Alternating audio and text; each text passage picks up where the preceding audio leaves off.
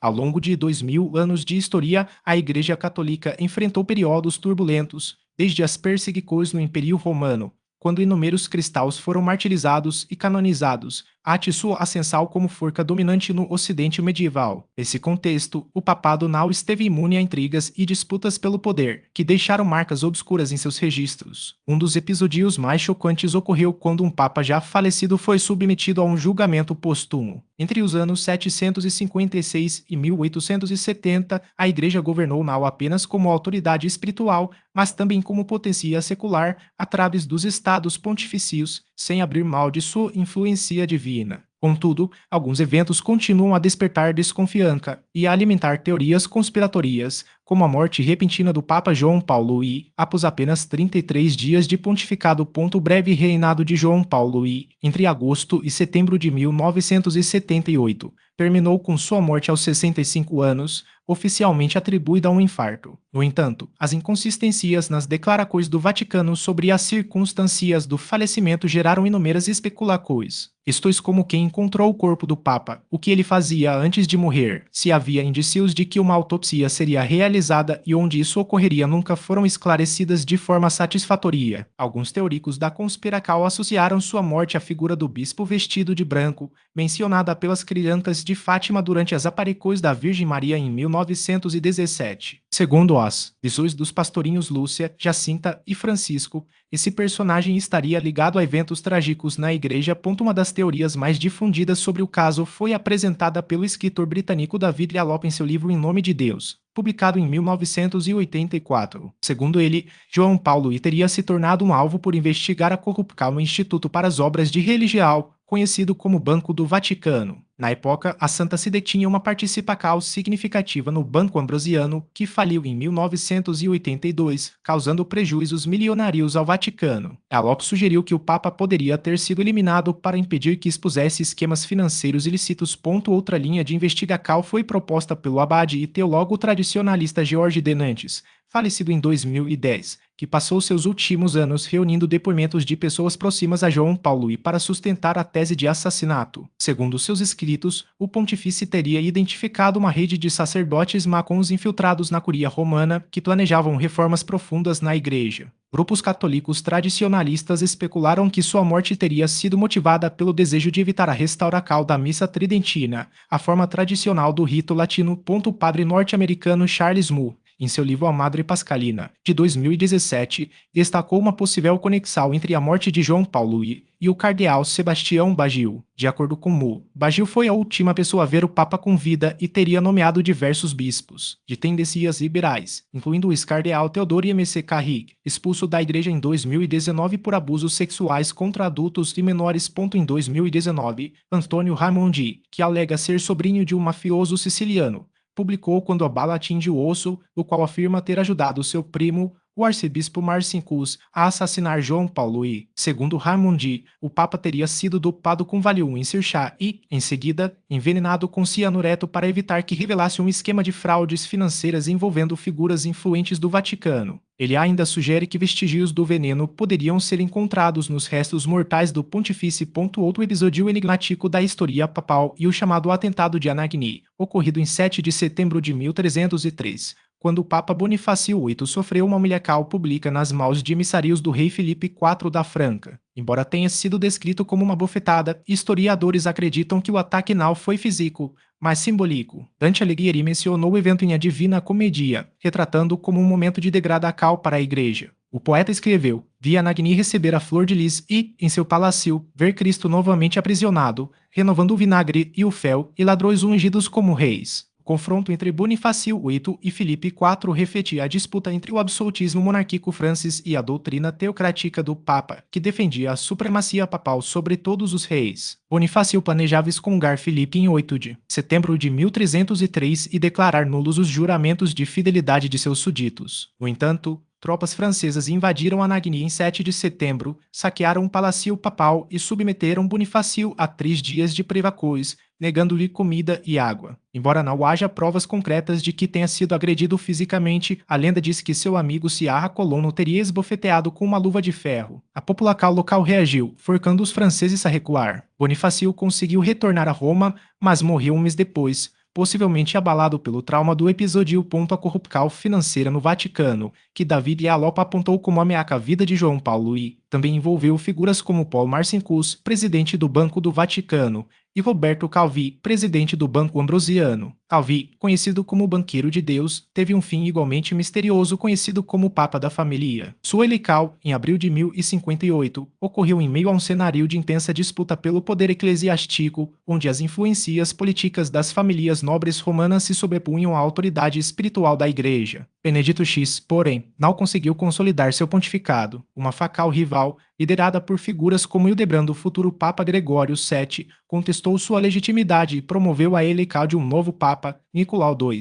Em dezembro do mesmo ano, a resistência a Benedito X se intensificou quando Nicolau II, apoiado por forças militares normandas, tomou o controle de Roma. Em janeiro de 1059, Benedito X foi forcado ao fugir da cidade, abandonando suas pretensões ao papado. Sua deposição marcou o fim de um período turbulento, mas também evidenciou a fragilidade das estruturas de poder dentro da Igreja durante a Idade Média. Oficialmente considerado um antipapa, Benedito X teve seu nome excluído das listas oficiais de pontifícios, embora sua breve passagem pelo trono de Pedro tenha deixado marcas nas lutas pelo controle do Vaticano. O caso de Benedito X ilustra como as disputas políticas e familiares moldavam o destino da Igreja. Sua família, os condes de Tusculo, já havia colocado outros membros no papado, como Bento VIII e João XIX, demonstrando o peso das dinastias locais na escolha dos líderes religiosos. A intervenção de Hildebrando, um dos reformadores mais influentes da história eclesiástica, foi decisiva para romper esse ciclo e estabelecer novas regras para a eleição papal, como o Decreto In Nomine Domini 1059, que restringiu a influência dos nobres romanos no processo.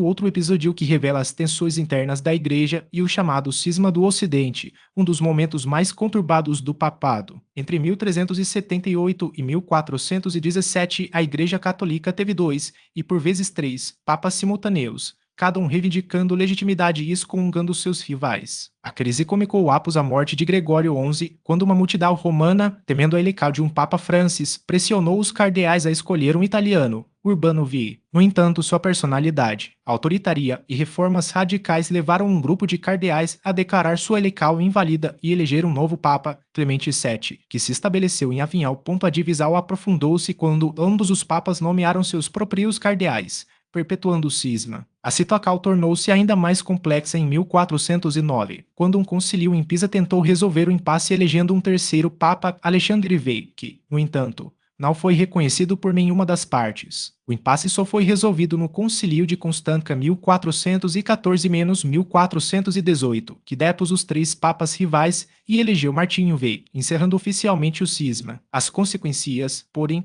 foram profundas. A autoridade papal foi seriamente abalada, e a Igreja perdeu parte de sua credibilidade, abrindo caminho para movimentos reformistas que culminariam na Reforma Protestante.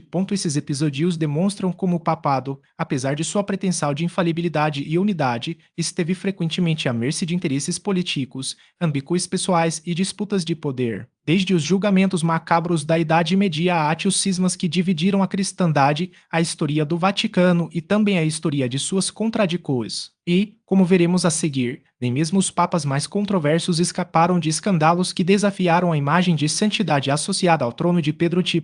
Bento IX, por exemplo, estabeleceu recordes que até hoje desafiam a lógica do papado. Ele ocupou o trono de Pedro em 3 períodos distintos, entre 1032 e 1048, sendo o único pontífice da história a reinar mais de uma vez. Sua primeira eleição ocorreu quando tinha apenas 20 anos, ou talvez menos, o que o torna o papa mais jovem já registrado. Além disso, foi o único acusado de simonia, a venda de cargos eclesiásticos, motivo pelo qual recebeu o apelido de Bento, o Magro, não por sua complexão física, mas por sua suposta ignorância e falta de escrúpulos. Seu fim foi tal conturbado quanto seu pontificado. Após ser deposto, passou seus últimos dias em prisão domiciliar. Quando Nicolau II assumiu o papado, permitiu que Bento deixasse Roma em liberdade, mas o destino ainda lhe reservava uma humilhação final. Em março de 1045, ao retornar à cidade, foi surpreendido por uma ordem de Nicolau. Deveria se submeter publicamente a um julgamento simbólico. Entre lágrimas e súplicas, Bento confessou ter sido forçado a assumir o papado e, como punical, foi obrigado a ler em voz alta o veredicto que o despojava de todos os seus títulos, incluindo suas ordenações como sacerdote e bispo. Condenado ao ostracismo, passou seus últimos anos em prisão domiciliar na casa dos Hóspedes, anexa à Basílica de Santa Inês, fora dos muros de Roma. Sua morte, ocorrida entre 1055 e 1056 durante o pontificado de Gregório VII,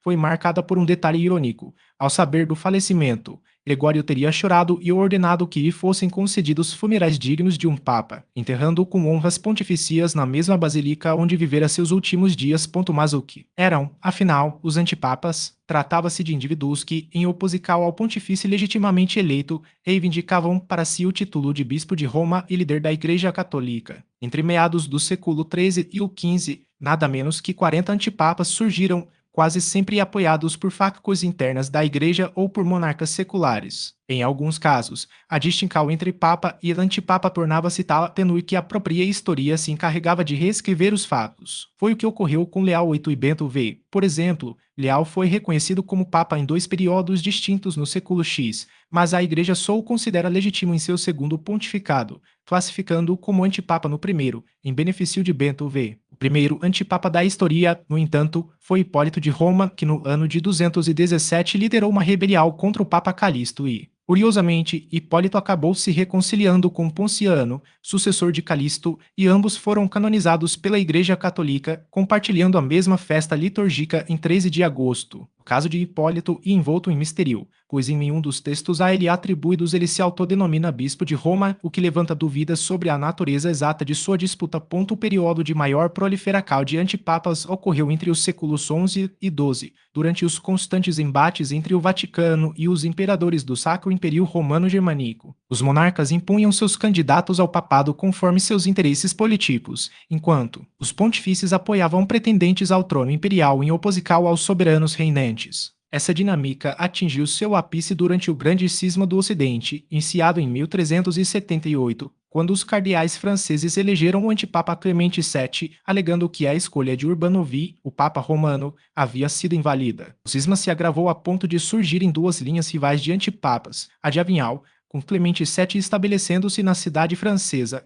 e a de Pisa, onde um concílio elegeu Alexandre V em 1409 como terceiro pretendente ao trono. A situação só foi resolvida no Concílio de Constanța 1414-1418, que depôs o antipapa João XXIII em abril de 1415 e, 3 meses depois, o antipapa Gregório XII da linha romana. Em 1417, o concílio também depôs o antipapa Bento XIII, da linha de Avignon, embora este tenha se recusado a aceitar a decisão. Finalmente, Martinho V foi eleito papa em 1417, obtendo consenso quase unânime, exceto por um pequeno grupo de apoiadores de Avignon, que manteve sua resistência por mais alguns anos. Outro episódio que marcou a história do Vaticano foi o atentado contra João Paulo II em 13 de maio de 1981. Enquanto o Papa percorria a Praça de São Pedro em seu papamóvel, o turco Mehmet Ali Aka disparou 4 tiros contra ele, causando ferimentos graves. Aka foi imediatamente detido e, após um julgamento na Itália, condenado à prisão perpétua. Anos depois, João Paulo II perdoou publicamente seu agressor e intercedeu por sua libertação, o que levou a extradição de Aka para a Turquia em 2000. As motivações por trás do atentado permanecem obscuras. 2 anos antes, o New York Times havia descrito Aka como o assassino confesso de um jornalista em Istambul, acrescentando que o turco via o Papa como o líder mascarado das cruzadas e ameaçara matá-lo caso João Paulo II prosseguisse com sua planejada visita à Turquia, que, mesmo assim, ocorreu em novembro de 1979. Diversas teorias tentaram explicar o ataque. Alguns apontaram o envolvimento dos governos da União Soviética, Bulgária, Alemanha Oriental e até mesmo da Turquia. Aka chegou a declarar que havia viajado a Sofia, na Bulgária, onde teria feito contatos com agentes locais. Como resultado, o búlgaro Sergei Antonov foi preso sob acusação de organizar o complô, mas acabou absolvido. Outra versão sugeria que a KGB soviética teria orquestrado o atentado, usando a Bulgária como intermediária, devido à oposição frontal de João Paulo II ao comunismo, um regime que, em grande parte, colapsaria graças à sua influência e à de líderes como Ronald Reagan. Uma terceira teoria atribui o ataque ao turco Abdullah Kutli, ligado aos Lobos Cinzentos, um grupo de extrema-direita vinculado ao Partido do Movimento Nacionalista da Turquia. Segundo essa versão, Katli teria organizado o atentado em troca de dinheiro para sua organização. Em depoimento a um juiz em 1985, Katli afirmou ter sido contatado pela BND, agência de inteligência da Alemanha Ocidental, que lhe teria prometido uma soma vultosa e implicado os serviços secretos russos e búlgaros no plano. No fim, o único condenado pelo atentado foi seu executor material, Mehmet Ali Aka. Por fim, outro capítulo controverso da história do Vaticano envolve seu papel na dissolução dos Cavaleiros Templários. Em 13 de outubro de 1307, o rei Filipe IV da Franca ordenou a prisão em massa dos membros da ordem em seu território, acusando-os de heresia, sodomia e práticas blasfemas. O grão-mestre Jacques de Molay foi capturado ao desembarcar na Franca para uma reunião com o Papa Clemente VI, que, embora inicialmente resistisse às pressões do monarca, acabou cedendo. Sob tortura, muitos templarios confessaram crimes que nunca cometeram e de Molay foi queimado na fogueira em 1314. Outros receberam penas de prisão perpétua. As perseguições na Franca inspiraram coisas semelhantes em outros países, embora nem todos tenham seguido o mesmo rigor. O processo contra os templarios revelou não apenas a fragilidade da ordem diante do poder secular, mas também a cumplicidade, ou, no mínimo, a passividade, do papado em um dos episódios mais sombrios da Idade Média no Monte Vaticano, sob o altar-mor da basílica que leva seu nome. As escáculas arqueológicas realizadas entre 1939 e 1949, sob o pontificado de Pio XII, revelaram uma complexa rede de túmulos e estruturas funerárias datadas dos primeiros séculos do cristianismo. Entre os achados, destacou-se um pequeno nicho murado, identificado como a Tropaion, um monumento funerário primitivo mencionado em fontes históricas do século II, que indicava um local de veneração associado a Pedro. Os ossos encontrados nesse nicho foram analisados por uma equipe de especialistas liderada pela arqueóloga Margherita Guarducci. Após anos de estudo, Guarducci concluiu que os restos pertenciam a um homem de idade avançada com sinais de crucificação e vestígios de tecido púrpura, cor tradicionalmente associada aos martírios. Além disso, inscritos em grego nas paredes próximas, como Petrus e Pedro está aqui, reforçaram a hipótese de que se tratava do apóstolo. Em 1968, o Papa Paulo V anunciou que, com base nessas evidências, os ossos eram com razoável certeza os de São Pedro.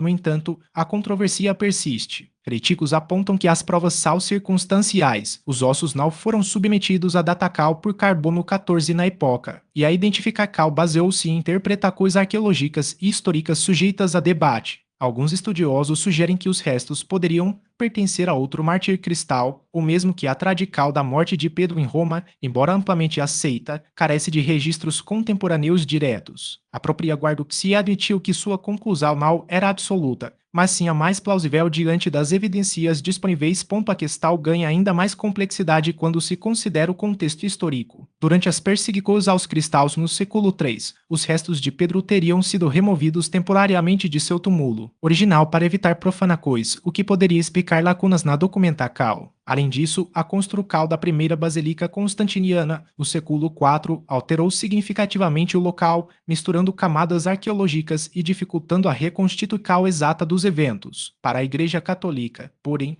a autenticidade dos ossos não é apenas uma questão científica, mas de fé. A tradição milenar e o culto ininterrupto ao túmulo desde os primeiros séculos são considerados provas suficientes de sua veracidade. Independentemente das divergências, a tumba de São Pedro permanece como um dos locais mais sagrados do cristianismo, atraindo milhões de peregrinos anualmente. Sua importância simbólica transcende a discussão sobre a autenticidade dos restos mortais, representando a continuidade da igreja fundada sobre a pedra angular que, segundo o Evangelho de Mateus, Cristo teria escolhido. Se os ossos ali depositados são ou não os do apóstolo, o fato é que, para os fiéis, a presença espiritual de Pedro ainda ecoa sob as abobadas da basílica, como um elo tangível entre os primeiros cristãos e a igreja moderna. Ao pé de um pequeno monumento funerário, conhecido como edículo, sob o piso da basílica, foram realizadas análises que permitiram identificar um conjunto de ossadas pertencentes a um homem de aproximadamente 60 a 70 anos. A arqueóloga e epigrafista italiana Margherita Guarducci defendeu a tese de que aqueles restos mortais seriam, de fato, de São Pedro, tendo sido transferidos para aquele local durante o reinado de Constantino, após o Edito de Milão, que garantiu a paz à Igreja. No entanto, Antônio Ferrua, o arqueólogo responsável pelas escaracóis, manteve uma postura mais cautelosa, afirmando que não havia certeza absoluta de que as ossadas pertencessem ao apostolo. A incerteza científica, porém, não diminui o valor espiritual e histórico do local. Para a fé católica, a Basílica não é apenas um monumento arqueológico, mas um testemunho vivo da tradição que remonta aos primórdios do cristianismo. Seja qual for a conclusão definitiva sobre a autenticidade dos restos, o que permanece inegável e o papel central desse espaço na preservação da memória cristã. Ele nos lembra que, mais do que provas materiais, a forca da tradical e da devocal é capaz de transcender séculos, unindo gerações em uma mesma crenca. A história, muitas vezes, não se revela por completo, deixando lacunas que a ciência e a fé preenchem de maneiras distintas. O que importa, afinal, e o legado que esses vestígios carregam, a certeza de que, em algum momento, ali esteve um homem cuja vida e missão mudaram o curso da humanidade. E essa herança que continua a inspirar milhões, independentemente das respostas que a arqueologia ainda possa oferecer. Conhecer o passado não é apenas uma questão de curiosidade, mas uma forma de compreender as raízes do presente. Um povo que ignora sua história corre o risco de repetir os mesmos erros, enquanto aquele que a estuda com atenção encontra nela as chaves para construir um futuro mais consciente. E essa reflexão nos acompanhe, não apenas ao visitar lugares sagrados, mas em cada passo que damos ao explorar as narrativas que moldaram o mundo em que vivemos.